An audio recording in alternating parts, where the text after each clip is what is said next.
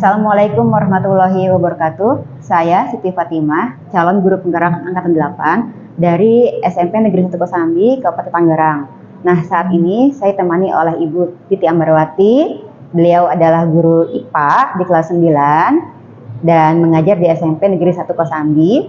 Saat ini kita akan mengadakan percakapan praobservasi. Assalamualaikum Ibu Iti. Waalaikumsalam Ibu Fat. Ya, bagaimana kabarnya hari ini? Alhamdulillah baik. Ya, alhamdulillah ya Bu ya. Hari ini kita ada percakapan praobservasi ya Bu ya. Sebelum nanti saya amati pelaksanaan kegiatan pembelajaran yang Ibu lakukan di kelas atau sebelum saya melakukan supervisi kelas. Nah, adapun tujuan dilaksanakannya supervisi ini adalah untuk mengetahui dan mengevaluasi jalannya proses pembelajaran yang Ibu lakukan di kelas, dan kenapa hari ini kita mengadakan percakapan praobservasi adalah sebagai persiapan awal sebelum nanti Ibu melaksanakan kegiatan pembelajaran di kelas ya Bu ya, agar Ibu lebih siap dan percaya diri sehingga dapat memberikan pembelajaran yang terbaik untuk murid. Nah, selanjutnya adalah ada beberapa pertanyaan ya Bu ya, yang akan saya ajukan kepada Ibu. Yang pertama berkaitan dengan tujuan pembelajaran. Kira-kira apa tujuan pembelajaran yang ingin Ibu capai? Untuk pembelajaran kali ini saya ada 3 tujuan pembelajaran yang akan dicapai. Di antaranya yang pertama adalah siswa dapat membedakan perkembangbiakan hewan baik secara aseksual maupun seksual dengan baik. Yang kedua, siswa dapat menjelaskan penggolongan hewan berdasarkan perkembangan embrio pada reproduksi seksual dengan tepat. Yang ketiga, siswa dapat membedakan metamorfosis sempurna dan tidak sempurna dengan tepat. Baik, jadi ada 3 tujuan pembelajaran ya Bu ya yang ingin Ibu capai. Nah, bagaimana dengan area pengembangan yang ingin Ibu capai? Area yang akan saya capai di sini, area pengembangannya ada di ranah pengetahuan, satu lagi yaitu keterampilan. Ya, jadi area yang ingin Ibu capai itu ada dikembangkan pada aspek pengetahuan dan keterampilan pada murid ya Bu ya. Berikutnya ya Bu ya, bagaimana rancangan pembelajaran yang ingin diterapkan di kelas, mungkin dari strategi pembelajarannya, metode pembelajarannya, atau model pembelajaran yang Ibu persiapkan nanti. Ya, baik. Strategi yang akan saya gunakan di kelas nanti yaitu pembelajaran berdiferensiasi berdasarkan kesiapan belajar murid yang diintegrasikan dengan pembelajaran sosial dan emosional. Saya akan membagi kelompok sesuai gaya belajar murid. Model pembelajaran yang akan saya gunakan di sini adalah discovery learning. Metode yang akan saya gunakan yaitu diskusi, penugasan, dan tanya jawab. Jadi, rencana yang akan Ibu terapkan di kelas yaitu strateginya pembelajaran berdiferensiasi ya Bu ya, yang diintegrasikan dengan pembelajaran sosial dan emosional. Lalu menggunakan model pembelajaran discovery learning.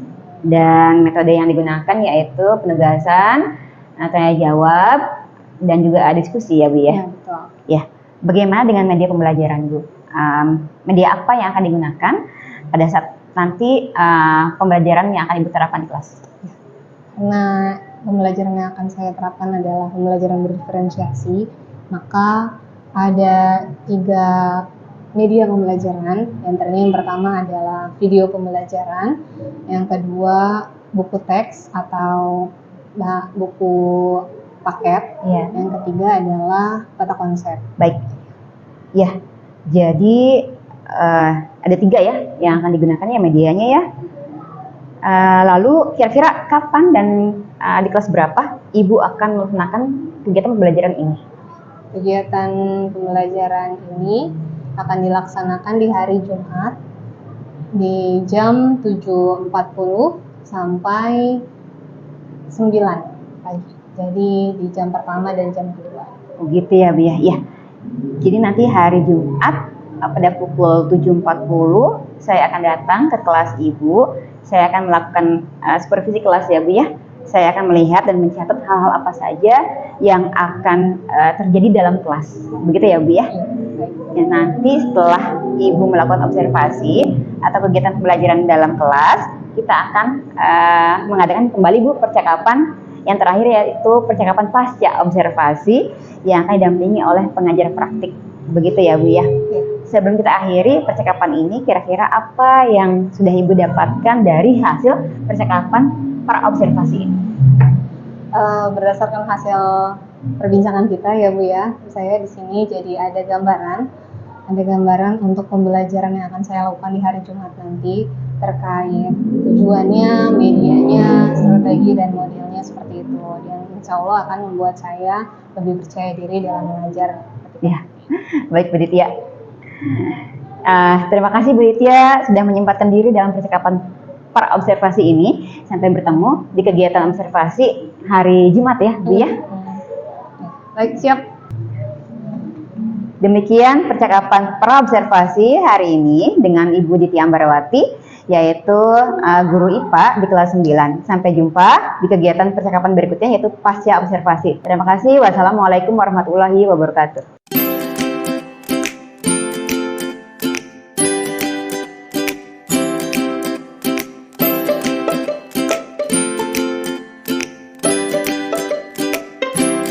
Bismillahirrahmanirrahim. Assalamualaikum warahmatullahi wabarakatuh. Waalaikumsalam warahmatullahi wabarakatuh. Selamat pagi. Pagi. Gimana kabarnya, sehat? Sehat.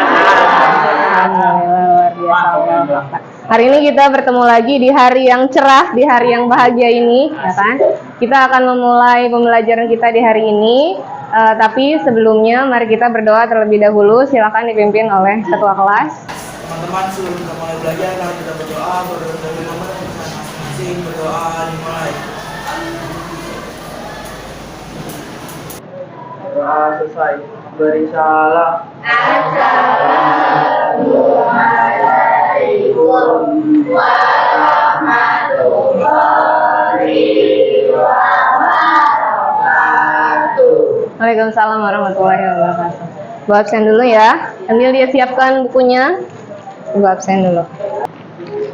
Abdi, Ade, Adelia, Adit, Febri. Oke. Kita lanjutkan. Sebelum kita lanjut ke materi sebelumnya, coba Ibu mau cek dulu. Yang kemarin hari Senin kita belajar apa?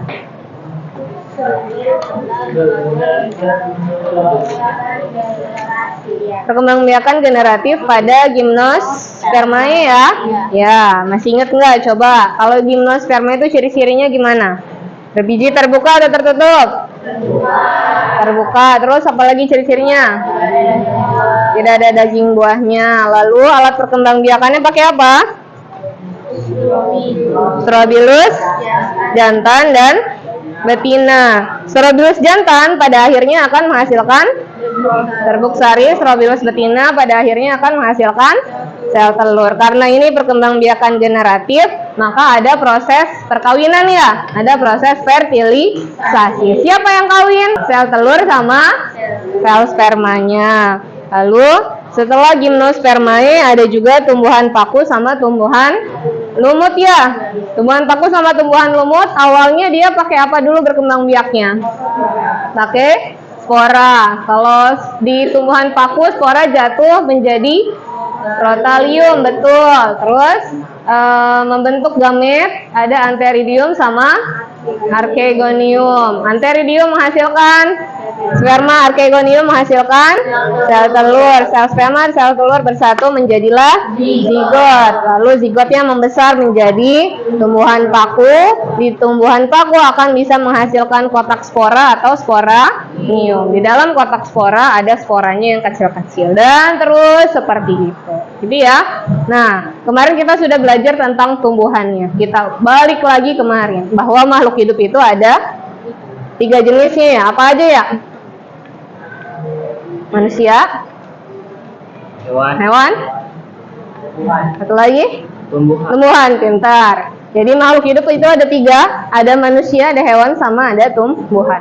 Kita udah belajar reproduksi yang manusia ya, yang tumbuhan juga sudah. Berarti hari ini kita akan lanjut ke perkembangbiakan hewan. Nah, kemarin di tumbuhan ada istilahnya perkembangbiakan generatif sama vegetatif. Kalau yang generatif berkembang biak secara kawin. Ya, kalau yang vegetatif tidak kawin atau bisa dibilang aseksual dan seksual. Kira-kira kalau hewan apakah kawin semua? Tidak. Adakah hewan yang tidak kawin tapi punya anak? Contohnya? Bintang laut. Bintang laut, ya betul.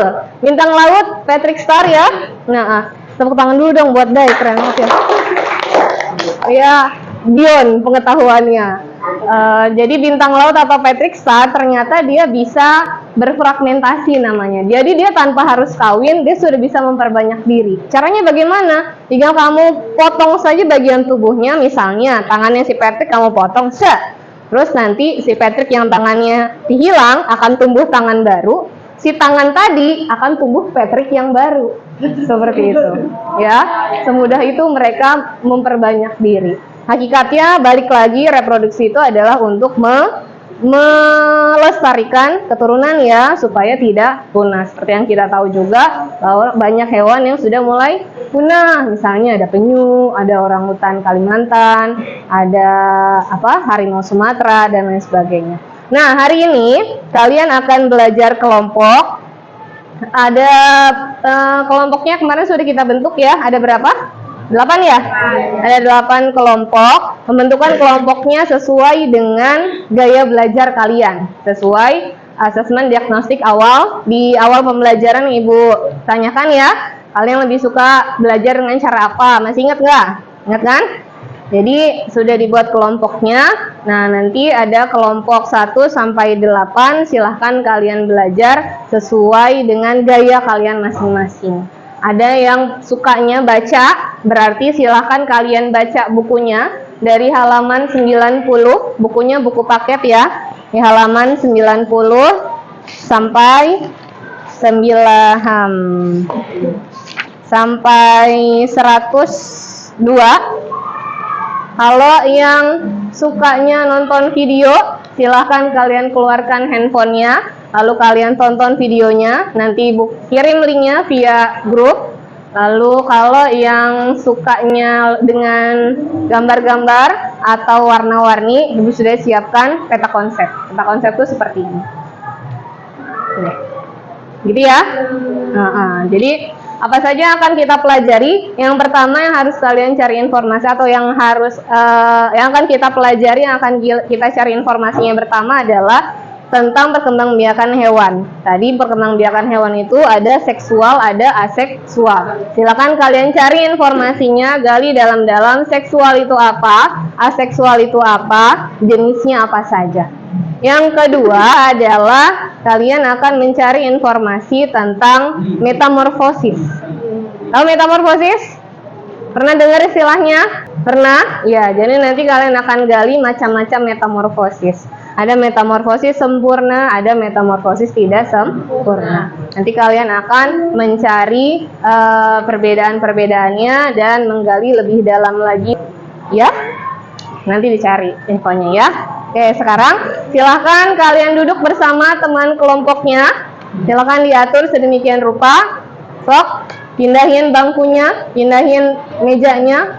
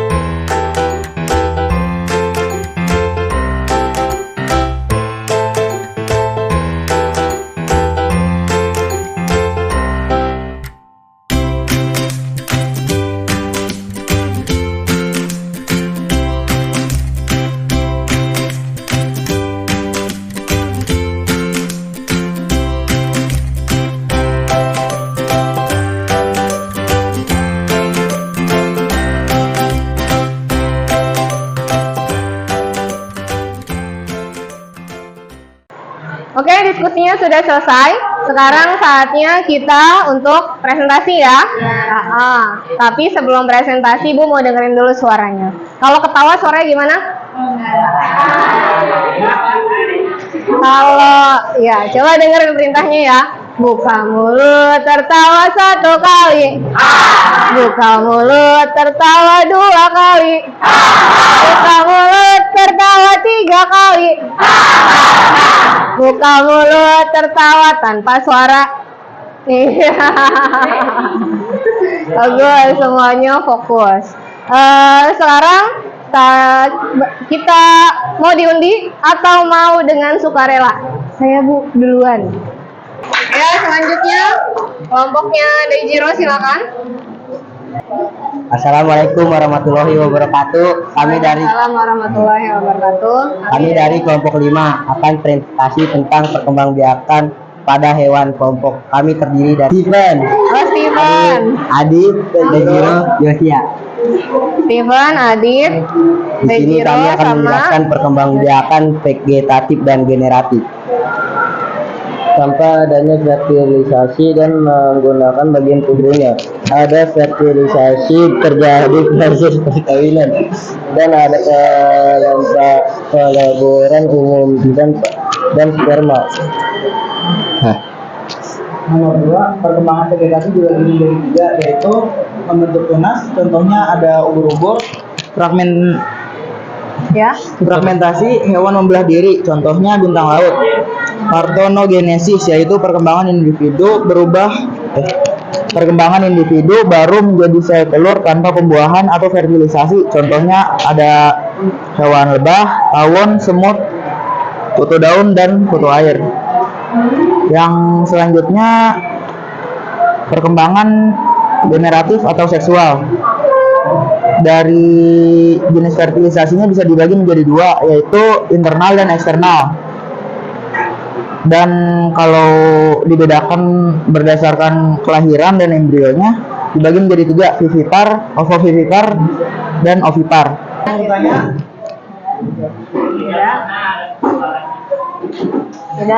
Tidak, silakan ditutup. Dari kami, terima kasih. Iya. Kembalikan ke sana. Mari kita bahas sedikit lagi atau buat kesimpulannya. Jadi perkembangbiakan hewan itu ada berapa macamnya? Ada 2. Yang pertama ada secara vegetatif, yang kedua ada generatif. Yang vegetatif nama lainnya adalah aseksual. Itu artinya tidak ada seks, tidak ada fertilisasi. Kalau generatif secara seksual ada fertilisasi. Yang vegetatif ada apa saja?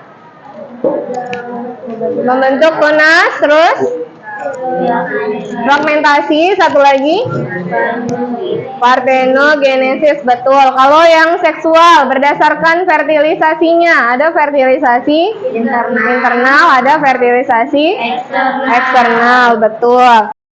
Lalu kalau berdasarkan cara perkembangbiakan sama kelahiran, ada vivipar,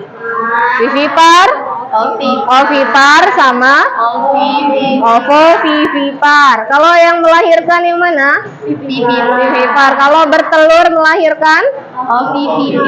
Ovovivipar. Kalau ayam masuknya yang mana ayam? Ovipar, karena ayam bertelur. Terus daur hidup atau perkembangan hidup hewan. Ada hewan yang kecil sama besarnya bentuknya sama, tapi ada juga yang hewan kecilnya bentuknya apa, besarnya tahu-tahu bentuknya berbeda ya. Contohnya adalah, atau apa namanya tuh kalau yang berbeda, hewan muda sama hewan besarnya?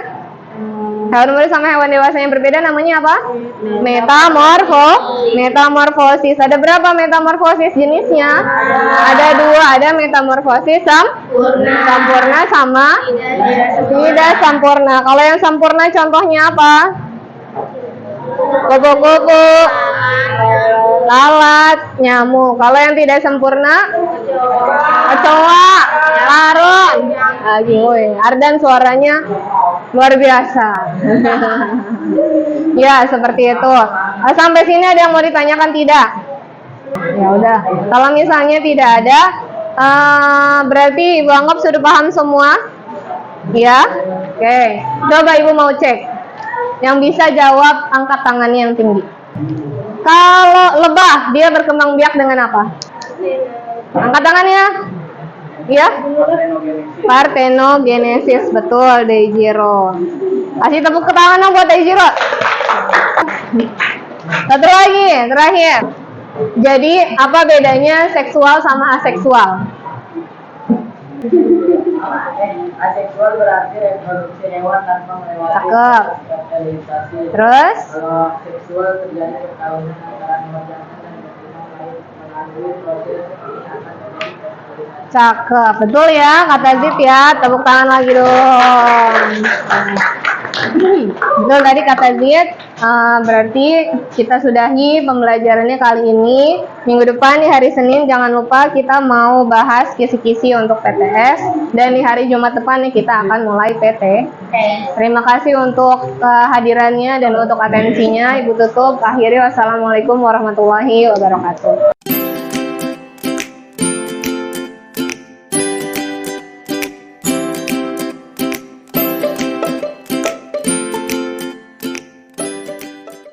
Assalamualaikum warahmatullahi wabarakatuh. Berjumpa kembali dengan saya Siti Fatimah, calon guru penggerak angkatan 8 Kabupaten Tangerang dari SMP Negeri 1 Kosambi, dan bersama saya Ibu Diti Ambarawati, guru IPA di SMP Negeri 1 Kosambi yang kemarin sudah melakukan pra observasi dan observasi ya Bu ya.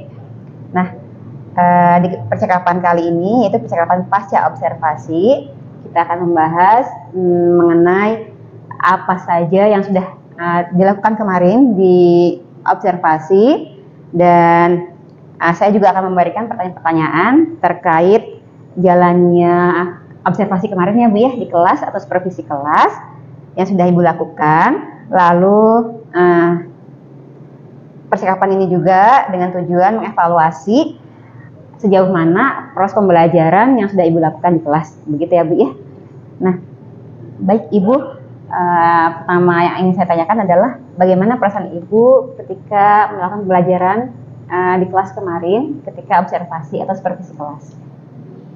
Alhamdulillah observasi kemarin berjalan lancar ya Bu ya, walaupun ada perasaan sedikit was-was karena tidak biasa mengajar sambil diawasi, tapi alhamdulillah semua berjalan lancar dan selesai sesuai dengan target. Baik, ya awal mulanya mungkin seperti itu ya Bu ya, tapi semuanya alhamdulillah berjalan lancar ya Bu ya.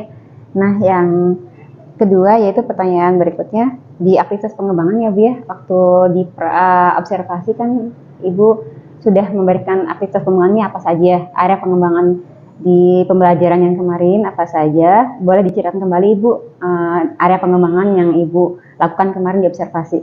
Baik, untuk pembelajaran kemarin saya coba area pengembangannya itu di ranah pengetahuan dan keterampilan, terutama di sini di bab perkembangbiakan hewan. Jadi untuk ranah pengetahuannya, saya ingin siswa ini bisa membedakan perkembangbiakan hewan secara seksual maupun aseksual. Lalu siswa bisa menyebutkan macam-macam perkembangbiakan hewan secara aseksual maupun seksual. Ya, baik. Lalu ketika melakukan aktivitas pengembangan kemarin ya Bu ya, apakah ada kendala Bu di aspek pengetahuan dan keterampilannya? Untuk di aspek pengetahuan, mungkin kendalanya terkait dengan media pembelajaran gitu Bu. Untuk media pembelajaran di sini kan saya mencoba untuk pembelajaran berdiferensiasi. Jadi siswa dibagi menjadi beberapa kelompok, lalu mereka belajar sesuai dengan gaya belajar mereka masing-masing. Dan ada yang audio visual menggunakan video pembelajaran ada di handphone, lalu menggunakan peta konsep itu untuk gaya belajar kinestetis, lalu satu lagi menggunakan buku teks untuk yang visual ya Bu ya. Kendalanya adalah saya rasa di buku teks itu karena materinya terlalu banyak, jadi waktunya juga sempit sehingga siswa merasa belum cukup untuk memahami bab perkembangbiakan hewan tadi sesuai dengan, padahal sudah saya batasi di tujuan-tujuan pembelajarannya gitu. Sehingga ketika setelah mereka memahami materi dengan gaya belajar mereka sendiri. Untuk aspek keterampilannya kan mereka dituntut untuk mempresentasikan di depan. Lalu saya lihat di situ konten dari presentasinya belum padat gitu. Karena mungkin tadi waktunya terbatas, jadinya mereka menyerap ilmunya juga masih terbatas. Ditambah lagi untuk aspek keterampilan, kendalanya adalah belum terbiasanya mereka dalam hal presentasi. Jadi suaranya masih kecil sekali, lalu masih malu-malu, dan pun dari siswa audiensnya gitu kurang ada umpan balik, seperti misalnya ada pertanyaan, bisa dibilang diskusinya kurang hidup seperti aktif gitu ya. Iya. Baik, itu kendalanya ya Bu ya. Lalu di tujuan pembelajaran ya Bu ya, tujuan yang hendak tercapai itu apakah sudah tercapai gitu menurut Ibu ketika pembelajaran kemarin? Baik, kalau dari aspek tujuan pembelajaran saya kira sudah cukup sudah tercapai. Dari mana saya bisa bilang tercapai di akhir pembelajaran. Tadi yang saya ucapkan, mereka mempresentasi itu kan berarti mereka mengutarakan kembali atau menampilkan hasil pemikiran mereka seperti itu. Lalu di akhir pun kita membuat kesimpulan bersama-sama. Lalu di saat refleksi ada beberapa pertanyaan yang saya utarakan, lalu bisa dijawab dengan siswa yang hampir sebagian siswa seperti itu. Jadi saya anggap siswa bisa memahami pembelajaran hari ini. Baik, jadi sudah tercapai ya Bu ya. Ini di presentasi siswa ya. Nah, untuk ukuran keberhasilan ya Bu ya kemarin pembelajaran itu, tolak ukurnya itu seperti apa gitu Bu? Di pembelajaran Ibu yang kemarin. Tolak ukurnya adalah dari tadi dari hasil refleksi atau dari kuis yang saya lemparkan kepada murid, sebagian besar murid bisa menjawabnya. Baik. Jadi nyambunglah istilahnya apa yang saya berikan, karena selain mereka belajar pun dari buku teks atau sesuai gaya belajar mereka, sedikit saya memberikan gambaran secara umum tentang pembelajaran hewan itu. Ada respon ya dari siswa ya, itu ya tolak ukurnya Bu ya. Nah, dari pembelajaran kemarin itu pendukungnya apa saja Ibu yang mendukung kemarinnya pembelajaran Ibu di kelas 9 ya tepatnya? Untuk mendukungnya pertama dari media pembelajaran, dari saya menggunakan Infocus untuk menampilkan video pembelajaran. Saat siswa yang belajar audiovisual itu mempresentasikan kembali, mereka tampilkan video pembelajaran mereka, dan saya menggunakan 3 media pembelajaran yang berbeda sesuai dengan gaya belajar. Jadi ada buku teks, ada peta konsep, satu lagi adalah video pembelajaran. Ya, jadi itu bentuknya media, buku teks sama video pembelajaran ya Bu ya. Dan itu juga membuat siswa semangat ya Bu ya. Karena bervariasi daya dukungnya. Bahkan ada media yang kemarin dilihat ya Bu ya, itu juga siswa lebih menarik mungkin ya. Siswa. Baik, untuk waktu Bu, waktu kemarin pembelajaran apakah sudah sesuaikah dengan waktu yang sudah ditentukan gitu di arah pembelajaran? Di rencana pembelajaran dialokasikan 2 jam pelajaran atau 2 JP. Pada praktiknya memang selesai walaupun agak kelebihan 5 atau 10 menit. Nah, mungkin kendalanya adalah di saat mereka membuat bahan presentasi dan saat menyiapkan presentasi, karena memang kendalanya salah satunya adalah untuk menentukan siapa yang pertama kali presentasi itu agak alot gitu. Pasti dia dulu Bu, dia dulu. Tunjuk-tunjuk ya. Dia harus ada waktu tersendiri. Lalu untuk tindak lanjutnya Ibu ke depan apakah masih menggunakan strategi pembelajaran diferensiasi seperti itu gitu, dengan kelompok seperti itu, dengan metode yang sama dengan seperti itu, apakah masih yang sama ataukah akan berbeda? Mungkin saya tetap akan mencoba lagi untuk pembelajaran berdiferensiasi dengan beberapa perbaikan.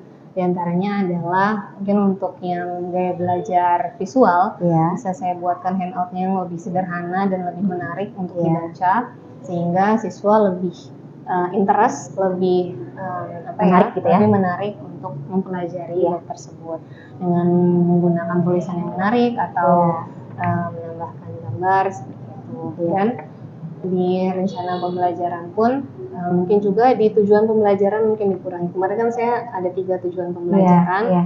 Mungkin bisa dikurangin sehingga siswa lebih fokus dan lebih intens untuk jadi materi tujuan pembelajaran sedikit tapi informasinya padat. Iya, betul sekali. Iya. Nah, mungkin dibiasakan Iya. lagi dengan sistem diskusinya sehingga ada aktif, ada tanya, ada jawab. Baik. Wah, menarik ya tindak lanjutnya. Saya tunggu nanti kabar-kabar dari Bu Ditya untuk yang rencana-rencana yang nanti akan dikembangkan lagi gitu ya. Pembelajaran juga buat saya nanti ke depan. Baik Bu Ditya, mungkin percakapan pasca observasi selesai dan terima kasih. Kita dari pra ya, observasi dan sekarang pasca. Alhamdulillah semuanya lancar dan sukses untuk Bu Ditya. Terima kasih untuk kesempatannya. Wassalamualaikum warahmatullahi wabarakatuh. Waalaikumsalam warahmatullahi wabarakatuh. Baiklah, di sebelah saya sudah ada pengajar praktik yang akan memberikan umpan balik terhadap proses observasi yang sudah dilakukan atau supervisi kelas. Silakan kepada Bapak Muhammad Kalam Raihan untuk memberikan umpan baliknya. Baik, sebelumnya saya ucapkan terima kasih nih kepada ibu-ibu sekalian yang sudah mempersiapkan atau mempersilahkan saya melihat langsung kegiatan coaching pada hari ini gitu ya. Dimana pada prinsipnya sebenarnya coaching itu harusnya antara 2 orang saja, tapi saya diberi kesempatan yang luar biasa untuk bisa hadir di sini. Itu yang pertama. Yang berikutnya, izin Ibu, ini sifatnya hanya memberikan umpan balik masukan saja. Mungkin ini juga bisa bermakna buat saya, buat kita semua lah ya tujuannya. Ada sedikit catatan mungkin yang saya dapat. Sebelumnya saya mau tanya dulu nih, ini Ibu menggunakan alur apa? Artinya metode apa ketika melaksanakan coaching dengan coachingnya? Ya, saya menggunakan alur Tirta untuk coaching terhadap coaching saya, observasi ya, atau supervisi kelas yang kemarin. Gitu. Oke, gitu ya. Kemudian Ibu sudah keterlihatan Ibu mengenai alur Tirta itu apakah bisa terlihat mengalir atau memang tadi sempat ada kendala? Sudah terlihat dan memang saya sudah praktikkan dan sesuai alur Tirta tahapannya juga gitu. Oh gitu ya. Ya memang tadi juga saya melihat ini sekali lagi saya katakan inilah percakapan yang luar biasa, artinya proses coachingnya terlihat berjalan lancar. Sang coach juga sudah memiliki rencana tindak lanjutnya, aksi nyata kira-kira mau di waktu kapan gitu. Ibu juga memastikan kembali kira-kira kapan waktunya dilaksanakan perubahan tersebut gitu sih. Lalu yang berikutnya juga untuk proses coaching sendiri ini sebenarnya kan lebih mengacu kepada bagaimana cara Ibu melihat potensi yang dimiliki oleh coaching. Kita terlihat tadi coaching dari awal mulanya sebelum Ibu treatment itu masih agak bingung. Wajahnya masih agak bingung ya. Terlihat setelahnya udah agak tenang gitu. Saya nggak tahu gitu. Nah mungkin itu ya terlihat sudah berhasil sih kalau saya melihatnya. Dan alur Tirta tadi memang kalau kita lihat sudah cukup efektif dilaksanakan gitu. Dan ke depan mungkin bisa diterapkan mungkin Ibu ya untuk aktivitas-aktivitas lainnya, tidak hanya untuk 1-2 guru yang lain. Artinya harapannya sih alur Tirta ini bisa diterapkan juga di semua percakapan di antar guru gitu, ditradisikan lah di sini seperti itu. Mungkin itu dari saya Bu, cukup. Ya, terima kasih. Siap. Pak Rehan, umpan baliknya. Ya, baiklah. Sudah selesai dari percakapan para observasi dan pasca observasi. Mudah-mudahan semuanya bermanfaat. Terima kasih. Wassalamualaikum warahmatullahi wabarakatuh. Waalaikumsalam warahmatullahi wabarakatuh. Terima kasih Pak Rehan. Sama-sama Ibu. Bu Ditya. Sama-sama Ibu. Terima kasih. Sama-sama Ibu.